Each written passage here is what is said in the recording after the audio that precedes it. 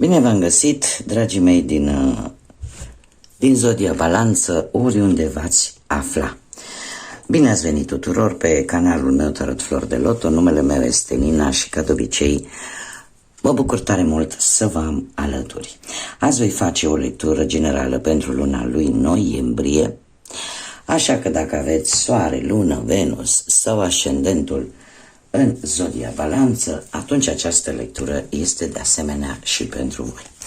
Desigur, dragii mei, nu uitați un lucru important, și anume că voi vă construiți propriul viitor, așa că vă rog să luați decât acele mesaje care rezonează cu voi, iar restul lăsați-le să zboare în univers. Pentru că, sigur, sunt pentru alte persoane care, într-o măsură mai mare sau mai mică, au o legătură cu Zodia Balanță. De asemenea, dacă nu veți rezona cu această lectură, puteți viziona celelalte zodii care pot reprezenta pentru voi ascendentul, luna, Venus sau oricare altă planetă importantă din cartea voastră natală. Și cum v-am obișnuit, dragilor, vom scoate câte o carte pentru fiecare săptămână a lunii lui noiembrie. Bun. Haideți să vedem prima săptămână. Prima săptămână avem șobolanul, cineva care lucrează împotriva ta și pe la spatele tău. Ai un dușman nedeclarat. Știți cum e? Că, Doamne ferește-mă de prieteni, că pe dușmani îi știu deja. Există cineva acolo care, așa e ca un ghimpe în coastă, care încearcă poate să vă facă un rău sau să-ți transmită așa o energie negativă fără ca tu să știi. În cea de-a doua săptămână avem cortul, care se pare că e decât o perioadă temporară, da? Ori vei descoperi cine este și vei lua măsuri, dar ne vorbește de o perioadă, o situație care este temporară, care nu va dura. Avem de asemenea în a treia săptămână o iubire spirituală și avem crinii. Nu știu, unii dintre voi aș spune că ceva se concluzionează după foarte mult timp în a treia săptămână. Sau poate că aveți o înclinație un pic mai profundă vis-a-vis de spiritualitate, de Dumnezeu, de univers. Posibil și acest lucru.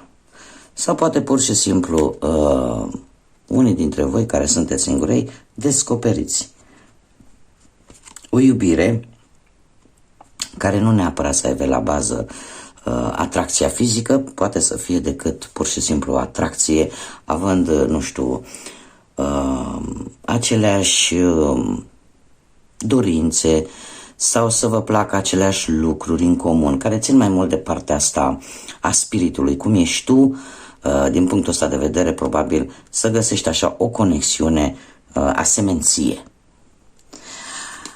sau cel puțin asemănătoare cu felul tău de a fi și felul tău de a vedea lucrurile.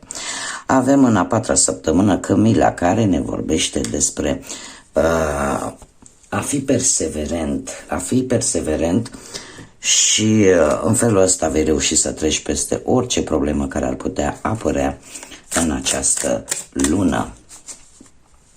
Pentru că ai resurse, ai tot ce-ți trebuie. Adică poți să duci, poți să rezolvi. Haideți să vedem care sunt energiile, dragilor. Care sunt energiile pentru dragii mei din Balanță în luna lui noiembrie.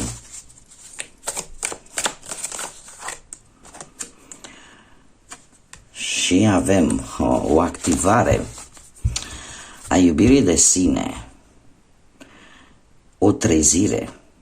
Dragilor, v-am spus, o să vă dați seama cine este această persoană. Nu știu dacă intuitiv sau luând-o prin eliminare sau luând-o prin logică, dar vă veți da seama cine este această persoană. Și desigur veți avea un fel de autodecepție. De ce? Pentru că e posibil ca această persoană care încearcă cumva să vă facă rău sau nu știu, să lucreze așa pe la spatele vostru într-o anumită problemă, voi să-i fi oferit foarte multă încredere, va fi o surpriză neplăcută total, dar în același timp voi veți fi supărați pe voi. De ce? Pentru că o să ziceți, doamne, cum de nu mi-am dat seama? Cum de nu am văzut? Da? Și apare tentația asta de autodecepție vis-a-vis de tine. Dar asta te va face să iei totuși în viitor, să iei decizii mult mai înțelepte. Paradoxal. Și așa cum o spun de fiecare dată când am ocazia, când se întâmplă lucruri bune, nu prea învățăm noi foarte multe. Dacă ni se întâmplă lucruri mai negative, acolo de fapt este experiența cea mai dură, pentru că aia ne rămâne în cap, în suflete și sunt ca niște lecții de viață din care noi învățăm foarte multe. Asta este ființa umană. Ne place să învățăm pe poteca cea mai dură. Mai am o energie aici care ne vorbește de energie ca și putere.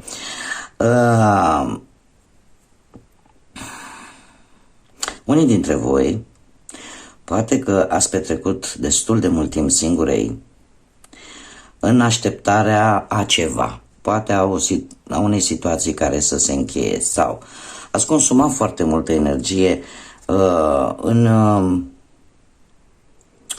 cum să spun eu, și cum avem aici chiar și această carte spirituală, da, a crinilor, care ne vorbește de partea asta spirituală. Simțiți nevoia să vă reîncărcați. Unii dintre voi e posibil să luați decizia de-a lungul lunii lui noiembrie, să mergeți poate la un loc sacru, la o mănăstire, la o biserică specială, într-un loc în care efectiv voi să vă reîncărcați de această energie spirituală, pentru că ați consumat foarte multă energie așteptând ceva, așteptând ca o situație poate să se concluzioneze, așteptăm poate pe cineva să ia o decizie, dar asta va consuma din punct de vedere energetic. Și e momentul în luna lui noiembrie în care să vă reîncărcați, dar în același timp să vă și curățați de tot ce este negativ în viața voastră. Haideți să vedem ce ne spune tarotul pe partea asta profesională.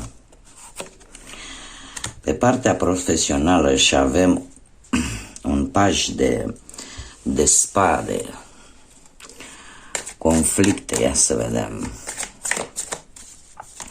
ce vine pe partea profesională. Cavaler de monede, dragilor, și un cavaler de cupe.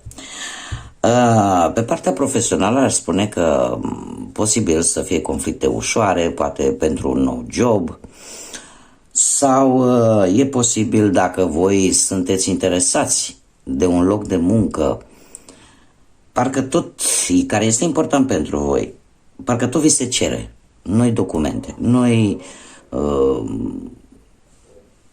cum să zic eu, hârtii, da?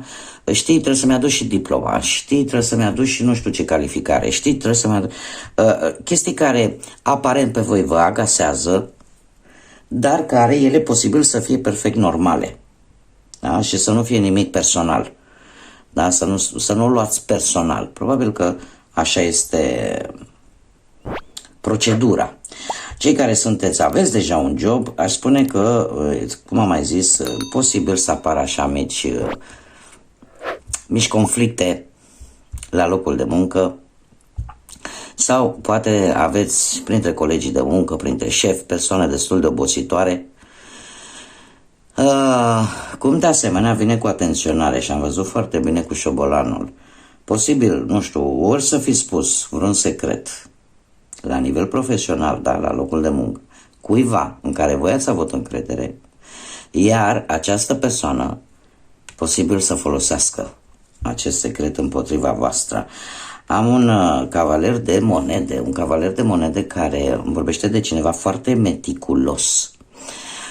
Un personaj foarte meticulos care are foarte multă răbdare. Nu știu dacă sunteți voi. De ce? Pentru că pe partea asta muncii aș spune că cei care sunteți înverșunați, haideți să o luăm așa, cei care sunteți înverșunați să obțineți un anumit post, trebuie să fiți siguri că acel post, activitatea pe care voi o desfășurați în acel post, este una pe care voi o cunoașteți, nu că bine, foarte bine, ca să aveți șanse să reușiți. Pentru că avem și un cavaler de cupe care vorbește de proiecte care merg încet, dar sigur. Da?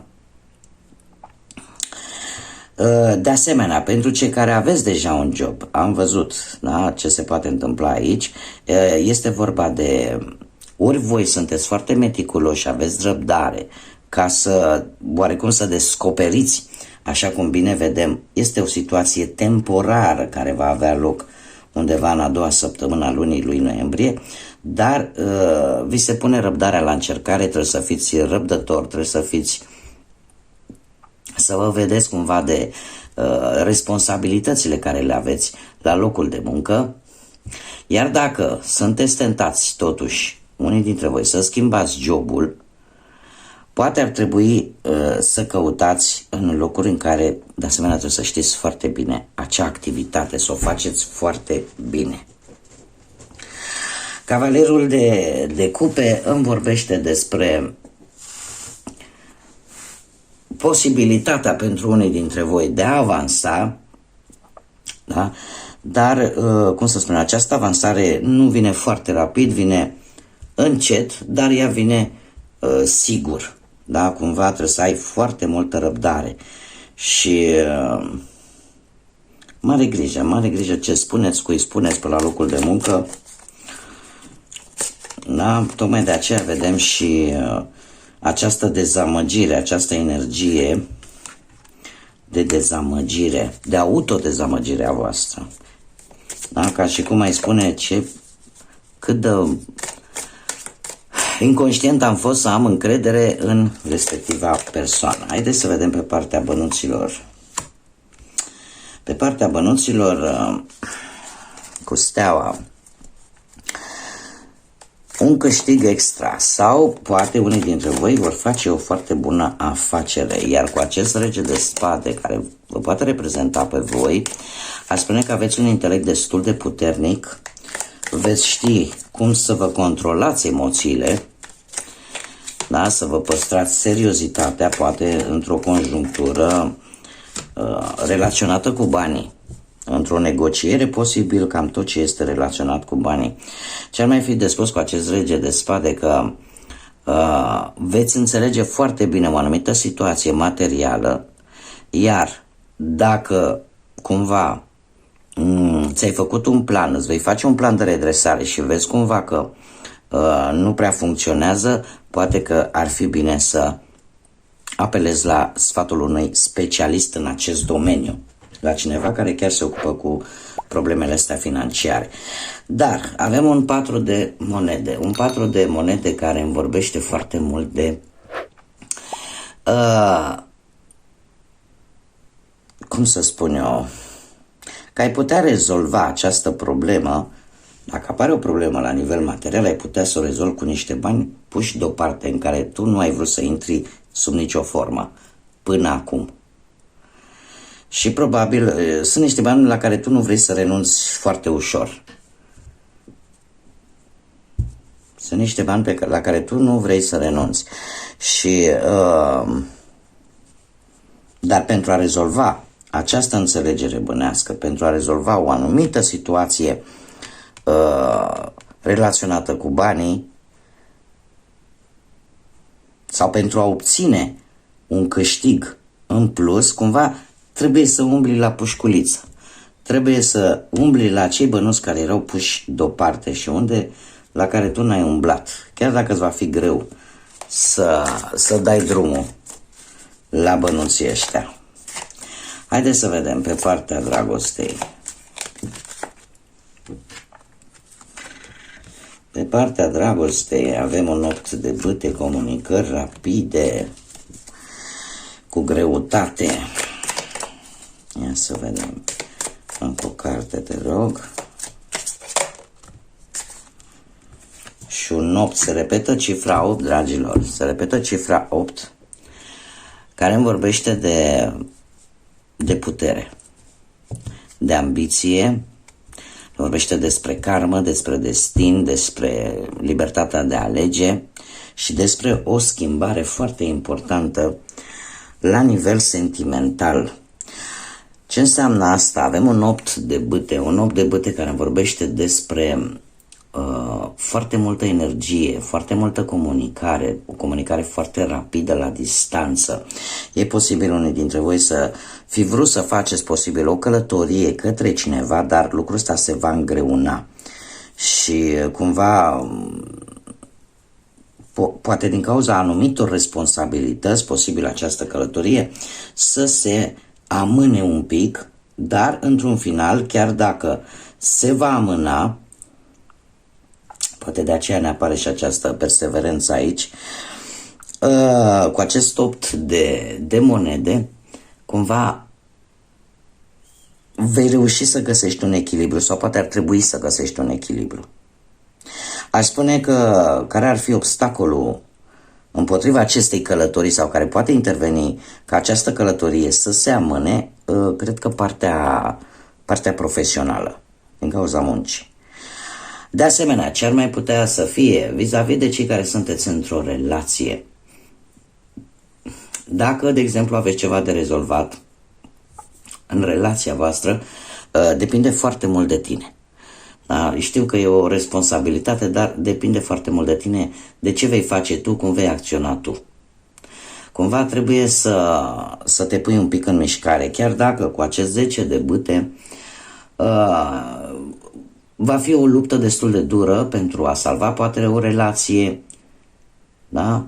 Dar șansele ca această relație să se salveze pentru unii dintre voi este tocmai dedicarea. Să fii un pic mai atentă la detalii, să fii atent la lucruri care poate până acum nu le-ai acordat atenția cuvenită în relație. Pentru că relația, dacă tu o vrei să funcționeze, să meargă, cumva trebuie să fii atent la aceste detalii și, într-adevăr, se pare că lucrurile vor depinde foarte mult de tine. Ce ar mai fi de spus vis-a-vis de cei care sunteți într-o relație? Aș spune cu acest 10 de bâte că acest efort de a salva o relație, cumva, desigur, trebuie să vină și din partea perechii voastre. Da? Nu este, trebuie să fie un efort comun. Totuși, 8-ul de monede pentru cei care sunteți într-o relație îmi vorbește foarte mult de echilibru. Da? Să vă faceți timp, practic, pentru a vă salva relația. Să vă faceți timp pentru lucrurile care contează din punctul ăsta de vedere sentimental pentru voi. Cei care sunteți singuri, e posibil, nu știu, să vă angrenați așa în relații foarte puerile, foarte rapide, dar în aventuri mai mult, aș spune. Iar e posibil ca unii dintre voi totuși să urmăriți pe cineva de foarte multă vreme. Efortul tău și atenția pe care ai acordat-o acestei persoane pe care tu urmărești de ceva vreme, s-ar putea să aibă și un rezultat pozitiv. De ce? Cu acest 8 de monede pentru cei singuri se pare că dacă ai lăsa un pic, ai lăsa mai moale poate concentrarea ta vis-a-vis numai de muncă și de făcut bani, cumva șansele ar crește mult mai mult să obții poate o întâlnire cu persoana respectivă, nu? Sau să vă cunoașteți mai bine. Se vede o atenție mărită vis-a-vis, pe luna asta lui noiembrie, vis-a-vis de partea asta materială și profesională pentru voi, dragilor. Haideți să vedem ce numere angelice am pentru voi sau ce date importante vin pentru dragii de voi.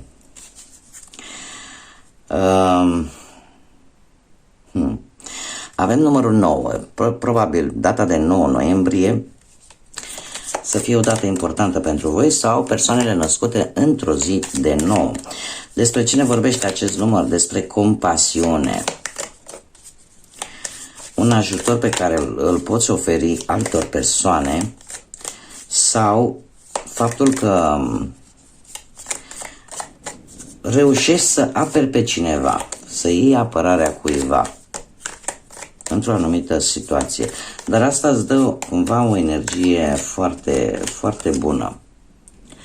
Data de 23 noiembrie sau de 5 noiembrie sau persoane născute într-o zi de 5 sau într-o zi de 23, care ne vorbește de aventură. Un moment în care e posibil să te gândești la o schimbare și chiar să fii entuziasmat să faci această schimbare și cumva ai această energie de a trăi viața la maxim, de a te bucura de tot ce vine. Da, este ca un fel de, aș zice așa, un fel de trezire în care îți dai seama că viața totuși este scurtă și că trebuie să îți faci timp câte un pic pentru toate. Și avem numărul 77, ori data de 7, ori data de 14 noiembrie să aibă o conotație importantă pentru tine sau pentru persoanele născute într-o zi de 7 sau într-o zi de 14. Se pare că este timpul să lași ceva în urmă, să lași vechile obiceiuri, vechile frici, temeri. Este un moment de a merge în direcția în care poți obține ceea ce tu îți dorești, să te focusezi mai mult pe ceea ce tu îți dorești cu adevărat, pe ambițiile tale. Este momentul în care trebuie să-ți folosești inteligența, istețimea și curajul. Haideți să vedem persoane care inițiale de nume, prenume, pseudonim sau porecle de persoane cu care tu poți interacționa în această lună sau care vor avea o importanță pentru tine în luna lui noiembrie. Și avem H, litera H, litera F, de 2 ori se repetă litera F. Haideți să vedem. Avem litera Y, litera X, litera B, litera N. Hai să mai scoatem o carte, chiar 2 mi-au ieșit. Litera S și litera S. Inițiale de nume, prenume, pseudonim sau porecle de persoane cu care voi puteți interacționa sau care vor avea oarece importanță de-a lungul lunii lui noiembrie. Aș spune că predomină foarte mult semnele de pământ, Taur, Fecioară, Capricorn, posibil zodii de foc, Berbec, Leu, Săgetător. Și aș zice eu zodii și de aer, la fel ca și voi. Gemeni, Balanță sau Vărsător. Bun, haideți să luăm și un ultim mesaj sau sfat de la Grădina Secretă. Ce mesaj ai pentru dragii mei din Balanță? Ascultă, fii atent, atentă.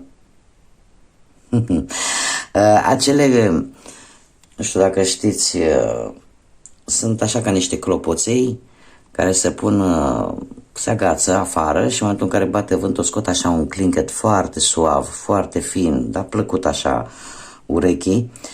Cam așa îmi spune, ascultă, fii atent, atentă la bătaia acelor clopoțele, pentru că asta anunță că sunt zânițe foarte aproape de tine. De fapt, este un mod metaforic de a spune că trebuie să fii mai atent și am văzut foarte bine să fii atent la detalii, să fii atent la ce se întâmplă în jurul tău, să acorzi o mai mare importanță lucrurilor care în mod normal poate nu le-ai acorda atenția cuvenită.